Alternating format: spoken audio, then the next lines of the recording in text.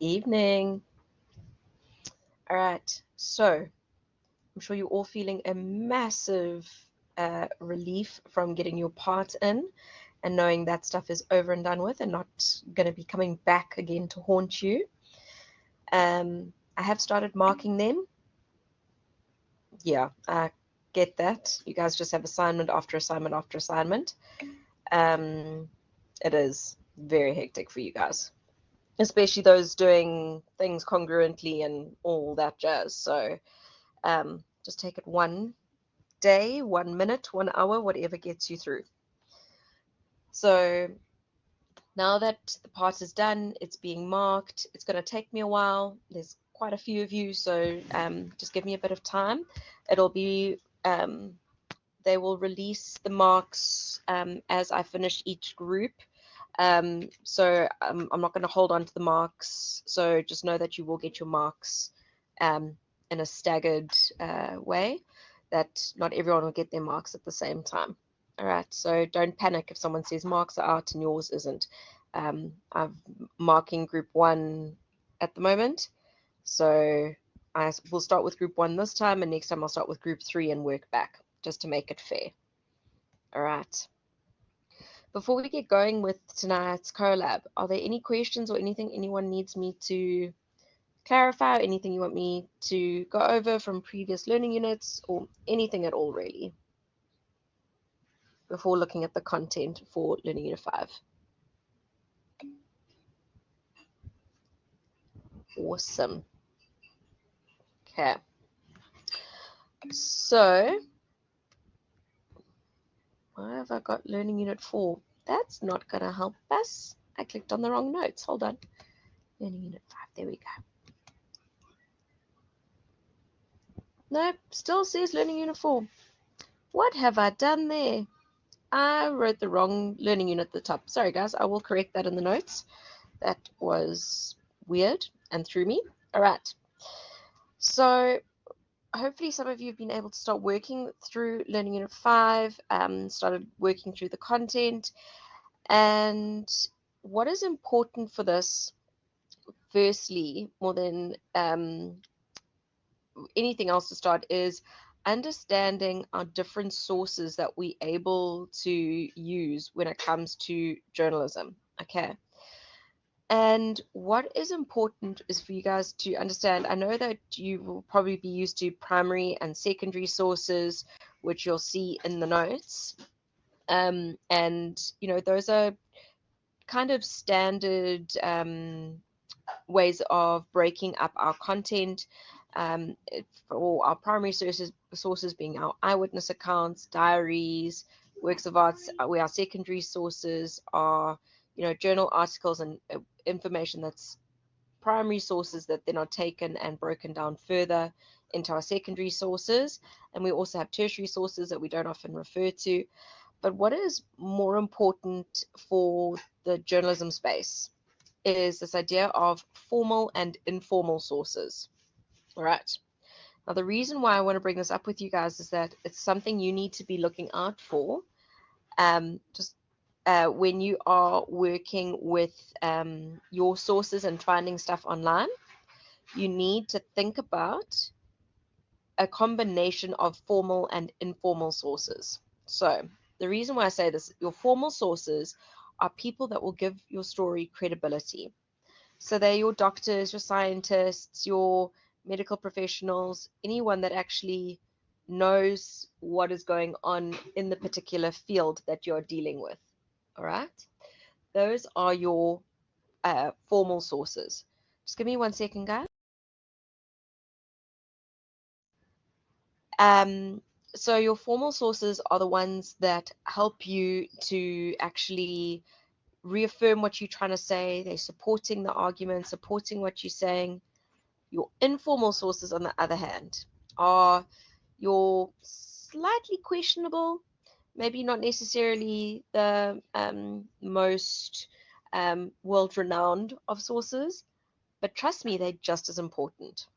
So your informal sources can be your contacts that journalists have made with, you know, drug dealers or the local community leader that is like a senior citizen, whatever it may be. It's your informal sources are generally the sources that give you the deeper story. Yeah, exactly, Lou, the prison pimp, the prostitutes, the confidential sources. Sometimes you'll see a news article where it says that the person has remained anonymous, which is fine. You can pull that off once in a news story with one source. But you need to make sure that you have like 2, 3 formal sources for that in one informal source. Because if you only have your informal sources that need to remain anonymous or aren't necessarily credible, then you've got a bit of a problem, because then people are going to think that you've just made up the story. And we don't want that. People must know that what you are saying is legit and true. So sometimes journalists will use the informal sources to get the information, and they'll get the like story behind the story and dig deeper. And then your formal sources are where then you would go and, like you're saying, Kirsten, go and get the quotes. Okay. No, so what I'm meaning is your informal sources are often people that want to remain anonymous.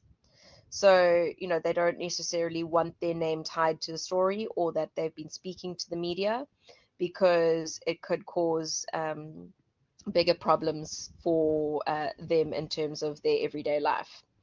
So sometimes people remain anonymous even though they're credible, but because if the name goes out, then children are at risk, or they've gone into witness protection, things like that. But your formal sources are the ones that you are going to quote. So they're the ones that give your story credibility. Because remember, at the end of the day, the everyday person does not want to hear about a journalist's analysis of things. They want to hear from the doctors. They're going to trust a doctor telling you that this new drug cures AIDS, or this new medical breakthrough will help with hunger, or whatever it means. Where does it... Oh, geez, what's going on with these notes? Okay, thank you for pointing that out, guys. I will fix that, because that is definitely not right. Thank you for pointing that out to me. Shows you my dyslexia was obviously working in full force, that I did not pick that up. But yeah, so we've got to find a balance. Sorry, sometimes I read over these notes and I cannot pick up the mistakes for the life of me. That's why I normally get my husband to proofread, but I obviously didn't in this instance. All right. So for you guys and what you're going to be doing for your portfolio, all right, you guys are going to be writing news stories. All right. You've got to start paying attention to the media, what's going on in like your community, what's happening around you, what's happening in the world, and what you need to start looking into and thinking about are what would make a good story. Or when you are reading stuff that's happening in the news, look at how they're using the formal sources, look at how they're using those direct quotes from them, look at how they're giving credibility to a story. Because what you're going to do is something similar for yourself, because what you guys will be doing is you'll be doing research, you'll be finding news articles, you'll be finding out information on maybe things that are happening within your community or what have you. And you need to make sure that you have these formal sources present in your own writing. So it's really important to think about what you're trying to achieve, think about how you're trying to give validity to your story, and that's going to be done in the way of, done by you bringing in formal sources. Okay. And now, what's also important to understand is not every source is created equal. And what I mean by that is, even though you could be interviewing 2 doctors, one might be the expert in the field, the other one might just have a brief understanding. Make sure you're getting the quotes that actually are of value. So quotes within your stories should never just be there for the show of things, just for the sake of it. Every quote, every fact that you get from someone has got to make the story more impactful. Okay. So you are not just thinking about these sources in terms of their names, but what they say and how that information can be shared with the public. All right. So now, the other big important aspect of Learning Unit 5 is interviews. All right. And why this is important is, for some of you, this might be the worst thing in the world. For some of you, you might actually enjoy this. But you guys have got to conduct interviews for your portfolio. All right. You've actually got to make sure that you understand some of these concepts, and you've got to make sure you take into account the guidelines that are given in terms of interviews. But just know that you are going to be conducting an interview in person. All right. And our tendency is always to interview people that we're friends with and that we know, that are family members and all that. If you have the time, if you have the inclination, try push the boundaries a little bit and try interview someone that isn't just part of your inner circle. Because even for those of you that aren't doing JRN for your major, sorry, I had to think about that, what that word was. Even if you are doing psych as your major, just remember, like I've said to you guys before, this does actually help, because, you know, if you're going to be a psychologist, you're going to be talking to people lots, all day, every day. All right. So the main types of interviews we have are face-to-face, telephone, and email. No, it doesn't have to be professionals, Yolandi. It's so how the POE works is you're going to conduct an interview with someone who can give you some insight or perspective onto your chosen topics. So what we'll do in our next collab is we're going to start breaking down the POE. I just wanted to give your brains a bit of a break, and not deal with the POE straight after you've submitted the part. And I know you guys are still doing your other assignments and all that as well. So in our next collab, I'll start breaking that down for you guys. Yeah, no, you don't have to go and interview someone random. You can interview a friend, a family member. Yeah, it can be as intense or not as you choose it to be. You just got to be able to interview someone that you can get a direct quote from them. Then you give me a transcript so you can show me proof of you doing that interview, because people do try fake the interviews, and we've had people fake the interviews. Yeah, exactly. I totally understand, Yolandi. It literally is an 8 to 10 minute interview. Yes, you can harass people online, but you do also still have to have a face-to-face one. So you can always, quite a few students last year did more than one interview. They were being overachievers, but because they needed to do the face-to-face, but they actually knew people that were online, that they could email questions to and give them some insights as well. So again, don't worry about the bigger picture right now. Get through the assignments, and then in our next collab, we'll start breaking that down. All right. Now, from your guys' perspective, which of the interview types, um, yeah, there you go. Find a peer to interview. Right. Of these three types of interviews, face-to-face, telephone, email, which one do you think we see as the best or most important? And why? Let's add that, and why. Face-to-face. Okay. Why, from your guys' perspective, why do you think face-to-face is so much better? Okay, more personal? Yes, Zoom does count as face-to-face. Yes, okay, so it's those non-verbal cues, those expressions. And also, yeah, Luca, it's that they can answer in real time, so they can't stop and think about what they are saying, and they can't contrive a message. Okay. More accurate account due to body language. Yes. Don't have time to think. Good. Yeah. No, February. Yeah. 100% Lou. Better rapport. Good. Body language, facial gestures. Perfect, guys. So this is the thing, is that face-to-face interviews are always seen as the best, because you can pick up on the nuances. If the person is a bit uncomfortable, you can, meet them in their home or in a coffee shop. But it's that you can actually just read deeper into what is going on. And generally, you'll find the story behind the story. You also find with face-to-face interviews that if they get comfortable with you, they will open up and then they will start to speak more. But when you're a random person on an email or on telephone, they can disengage. So that face-to-face holds that engagement and helps them to understand why you're doing the interview and the value in it. So the thing with telephone interviews, what do you think the negatives are of the telephone interview?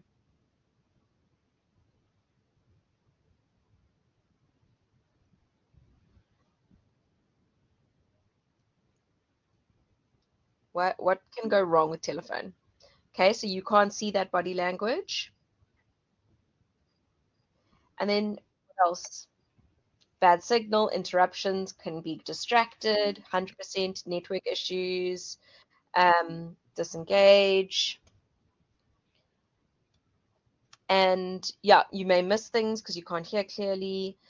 Also, if you say something that irritates that person, they can hang up on you and then can ignore your calls. Or they can completely ghost you and never answer the phone call. So our telephone conversations are, yes, facial expressions are missed. Yeah, exactly. Almost you can block the number. But the thing is, sometimes all we have is the time to do a telephone interview. Um, and with that, it means that sometimes you just got to do the best in the given situation. Your last resort is an email interview. All right. The reason for that is that emails can be ignored. Okay. They can go to junk mail, and an answer can be scripted, and it means you're not actually getting the true meaning. So it's like we're going from best to worst case scenario. But again, time wise, sometimes that's all we have. So, you know, we just have to think about what scenario will work best. And yeah, a lot of people ignore their emails. But if you need to, maybe you do a face-to-face interview with someone and then you do an email interview as supporting information, then it balances, then it's okay. So it's not that you have to put that time in every single time to get that face-to-face interview. But if it's an important person, then try get face-to-face. Yes, Kirsten, that's such a good point. I mean, we all are probably guilty of that. We go, yes, of course. And then a week later, you have not replied to them, not because you're deliberately ignoring them, but you just have forgotten. Okay. So when you are doing your interview, when the issues email that could be tracked, yeah, that's true as well, Luca. 100%. Yes, Luke. Yeah. If you go and start sending an email and say, please can you answer these 20 questions? And they go, no. But also, it does, the one positive of email is that then the person's writing, so with the direct quotes, you can copy and paste, which is nice. Yeah, we all do it. Right. So now, you guys, when you're preparing for your interview, okay? Yeah, that's true as well. Always that evidence. When you are doing your interview, look for the nonverbal cues. Get them to try relax with you first. Don't freak them out. Now, all of you must do your interview by recording it on your phone. So record the interview, but also write with pen and paper. The reason for that is things go wrong, tech goes wrong, but you need that recording for your transcript for your POE. But then when you're writing and taking notes, one, you look like you're listening. And two, it means that if they're busy or saying something and they bring up a point which you hadn't thought about, you can quickly write down a question and then ask that question just now. So you've got to have pen and paper with you and a recording device. So pretty much all journalists use their phone, and then they will have a dictaphone as well, just as backup, so that if their phone crashes or battery dies or whatever, they've got it recorded on another device. All right. Now, I know that you guys, most of you will interview people you know and family members and what have you, but just try get them to focus, try get them to not take the situation lightly because they're family or friends or what have you. So try just get them to see the need for this for you guys in terms of academics, but just to see that it is important and, that they've got to take the situation seriously. So for the POE, you're not going to give me the recording. You're going to write the transcript out of your interview. So it will literally be question, answer, question, answer. Okay. But having the recording means you can write it out word for word and not have to try and remember what people have said. Okay. The other thing that I cannot stress enough with you guys when you go in to do these interviews, you need to have flexibility. You've got to go in prepared with a set of questions because that's the only way we get an interview done.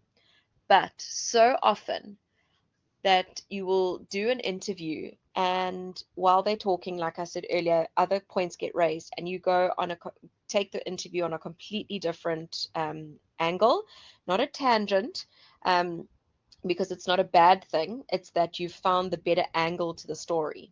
And the other questions you have might not necessarily work. So you've got to be flexible to listen to the person who's answering you, and you need to make sure that that interviewee feels heard and that you are willing to go off topic to another topic or off topic to come back to the topic. But there's nothing worse than when a journalist does an interview, someone answers with something really interesting in a different perspective, and then they go, okay, and then go back to the other questions, ignoring what that person has said because they are following those 10 questions they wrote down and nothing else. So just be open to different approaches and act accordingly. Okay. So when you are writing your questions, you guys are going to do, I think it's 8 to 10 questions, if I remember correctly. Sorry, it's been a couple of weeks since I looked at the POE. But you have got to have a combination of open and close-ended questions. All right, your open-ended questions are when your interviewee actually gives you a long, in-depth answer. Now, those are what you need for quotes. So those open-ended questions are super important. But your close-ended questions are really important to help people ease into an interview, state certain facts, where it's yes or no answers, true, false, just basic factual stuff like name, age, all that kind of thing. Those are your close-ended. And then your open-ended, yes, can branch off, can start an interesting discussion. Yes, 100%, that is correct, Almas. So the whole idea is that your open-ended questions is where we get our depth. And that's where we get the information that can actually be used in the journalistic piece of writing. All right. So when we're thinking of our open and closed, is that our open-ended give you more freedom, but it does also lend itself to ambiguity because you're giving them the freedom to just speak what's on their mind. They are more time-consuming, but at the same time, so they say coding is time-consuming. That's where so what coding is when, like you guys doing the transcript, that's your coding, where you've actually got to take the time to write out everything that they've said. And it is more work on your side, but it gives you the story. Because if you have only close-ended questions, what happens is that you don't actually have anything usable from these experts besides yes or no answers. And it can't all come from the journalist. The journalist is the one putting the quotes together with your joining sentences. They're the ones presenting the information and then having it supported by the experts. And guys, it doesn't mean that you're not going to paraphrase in your pieces of writing. Paraphrasing can still be used, but direct quotes are number one when it comes to journalistic writing. All right. Do you guys understand that difference of open and close-ended?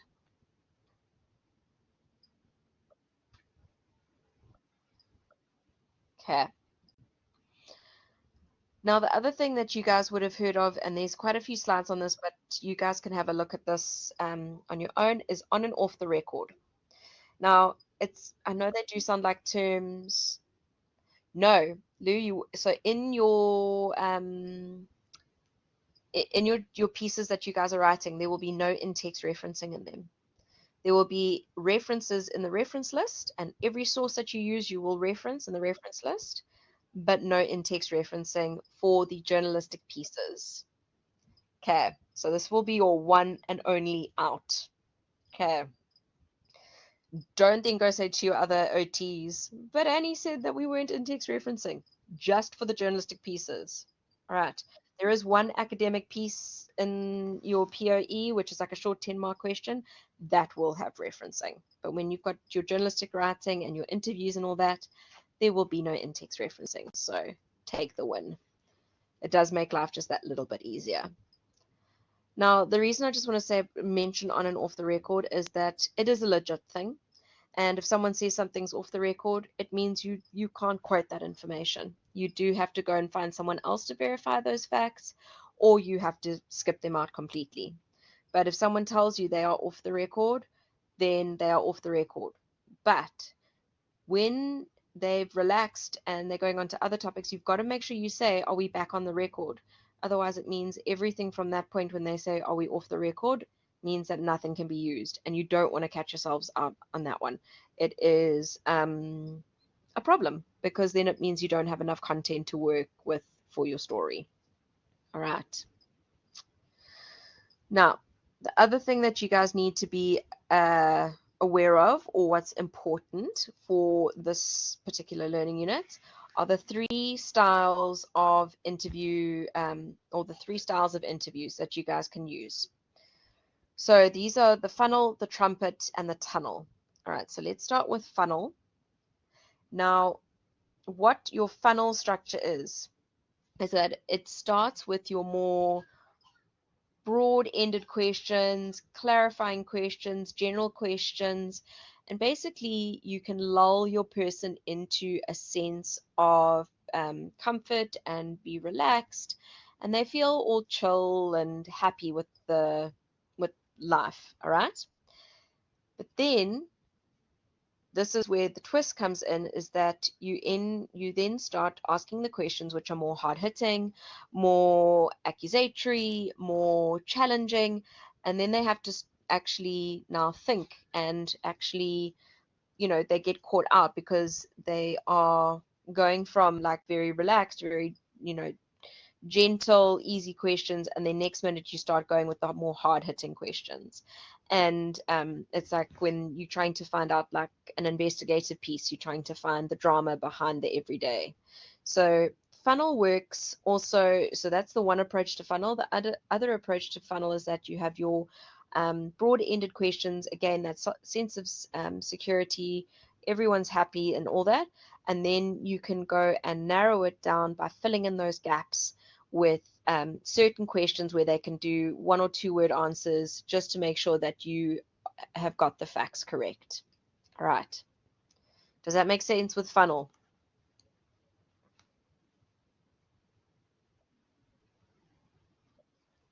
Okay. So trumpet is probably going to be the one that you guys use the most, either trumpet or tunnel. Okay.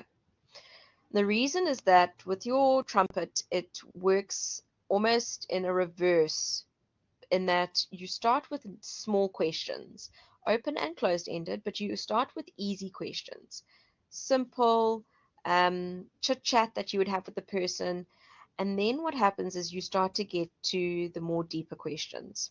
So this is what we use if someone has been through a traumatic experience, has been a victim of GBV, or family members passed away, or whatever it might be. It's that the earlier questions are there, again, to give that sense of ease, but more to get them used to the questioning protocol, so that when it gets to the more difficult questions, you can ask them and they are a bit more comfortable with you and understand that you're not trying to trick them or catch them out or anything, that you are just trying to get the information to get their story across.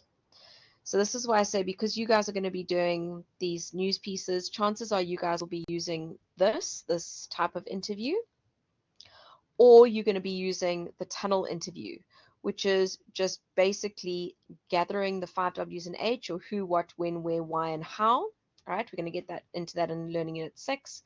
But basically, you're just gathering that information, straightforward. You're not trying to get the deeper meaning. You're not trying to elicit emotion. You're not trying to do anything. You're just gathering the 5 core bits of information, 1 or 2 things, and that's it. So it just depends on what approach you are going to want to take for your story, depending on what topic you choose. And you guys are going to be getting a bit of freedom with that. So what they've done is they've given you set genres in which to write, and then you get to choose a story that you think works for that genre. Okay. Is that okay for everyone? Is that making sense? Awesome. Okay. And there's one more thing that I just wanted to just go through with you guys. Is Yay, I'm so excited. I get excited when I start working on this stuff with you guys because I know that the time's coming to get some really cool and interesting and different pieces of writing, which I really enjoy marking. So it's just an interesting time for me. So I actually really enjoy marking the JRN POEs. And so far, marking your assignments has not been bad either. So that's a win too. So thanks for that. I appreciate you guys for that. It hasn't been torture yet. So that's all good. Right. So, yes, you will. Now, the thing is, this is just to reiterate stuff that we've covered already. Is this idea, if our groups are anything to go by? Yeah, exactly. No, you will. You will definitely succeed. Now, this is the thing. Guys, even though that you are taking or writing stories from other people's stories and from your research and everything, please know that not a single bit of information can be made up. Everything has to be accurate, everything has to be true, and you need to make sure that, sorry, I'm strangling a stuffed leopard with a laptop charger. Everything needs to be researched and supported and on point. Okay? So please, please, please remember that you cannot make up any details. And that's for all your pieces of writing that you do. Everything has to be based on research. When it comes to, so you're going to be doing a choice of different types of writing. You guys will all be doing news writing, and then there's newspaper features, magazine features, opinion writing, yes, and opinion writing. So besides opinion writing, all your stories need to be objective. So what that means is, I know there is no such thing as true objectivity, not naive on that front, but you've got to try always show both sides of the discussion. And especially if you're writing for news, it's just the straight 5 W's and H, facts, present them, and no analysis. Okay, yeah. So you've got to try be unbiased, neutral. But in saying that, if you're doing, for example, magazine writing and what have you, your particular perspective can come across if it's through the voice of the people who are being interviewed or quoted. So that's why I say pure objectivity does not exist, but you've got to try and just find a balance between your voice and the voice of those who are featuring in your stories. So from our next collab, I'll start to go through the different styles of writing that you guys are going to be looking at, and in that I'll give you more specifics of, this is where you can be more objective, or this is where you can start to show a little bit of bias and, bouncing around in that. And above all else, guys, just be ethical. All you can do is try and write in the most honest and truthful way. Remain ethical in everything that you do. Don't throw anyone under the bus. Don't be mean about people that have passed away or suffering or anything. Just be good humans. That's all I ask. be good people, because that is what we should get from our journalists. We should always have them remember that the people they're writing on are true human beings. They're real, they're alive. Okay, so that is the approach you guys need to take as well. All right.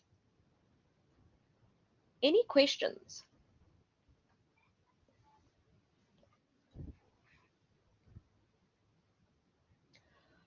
So, Kirsten, it's going to be dependent on what interests you.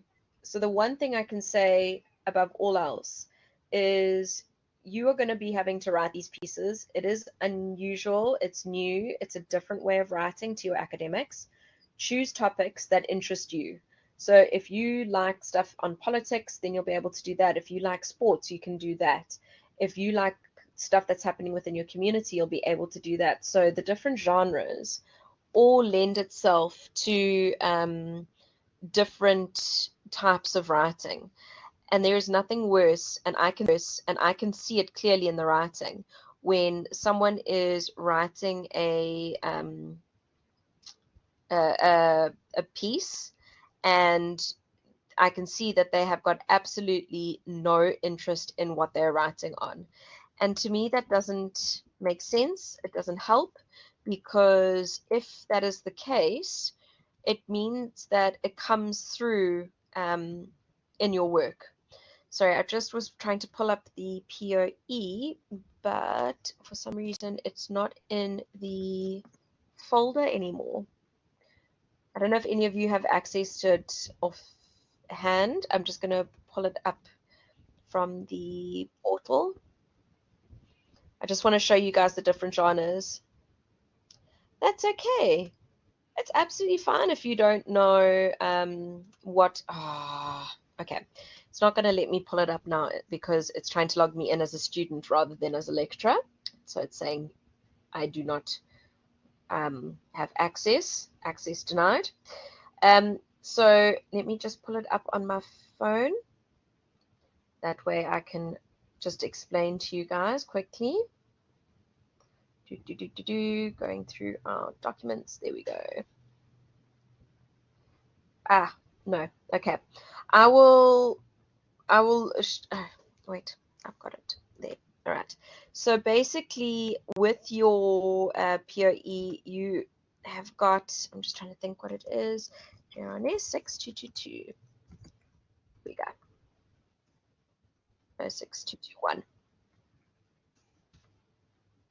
All right. And no, can you WhatsApp it to me? Is that possible? There we go. Thank you, Yolandi. Sorry, I don't know why it's out the OneDrive. I'm going to have to re-put it in for you guys tonight.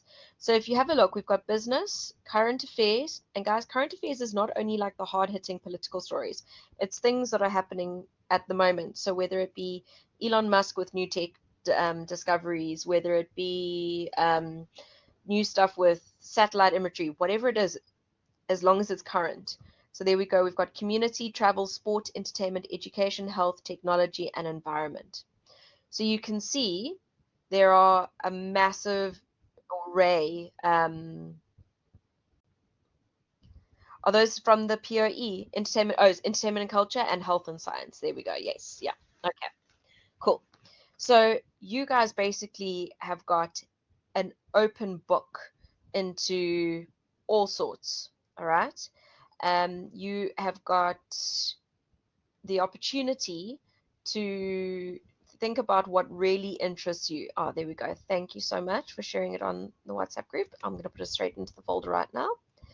So that's why I say you need to think about what actually interests you, because I don't want you writing any articles that you have got absolutely no interest in. And the other thing that's nice about the POE is that you're going to be given more options in terms of what you're writing. So you don't have to write every single type of piece. You actually get to choose.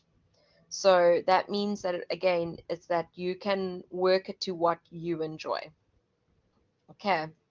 So with those topics in mind, I'm just going to put them into our WhatsApp group as well.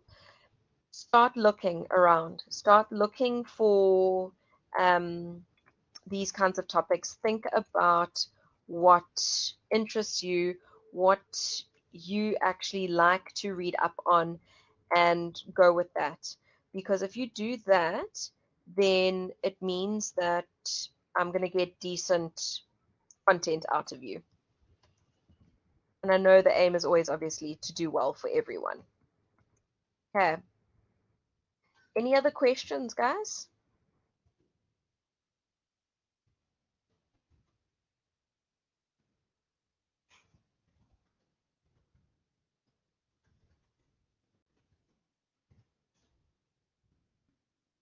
Cool.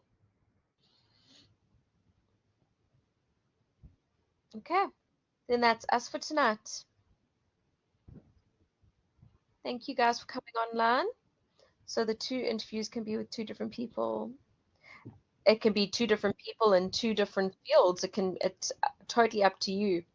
But let's break it down one next in our next collab when you guys have got a little less work on your plate. Um, yes, Leandria, it's got to be something more recent. As in recent as in the last year or two. But again, it does outline in the POE. So yeah, we'll go through that all in our next collab, I promise.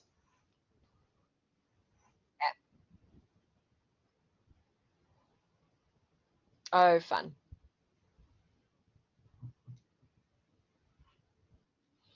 All right, guys. Have a great evening. I'll chat to you guys soon.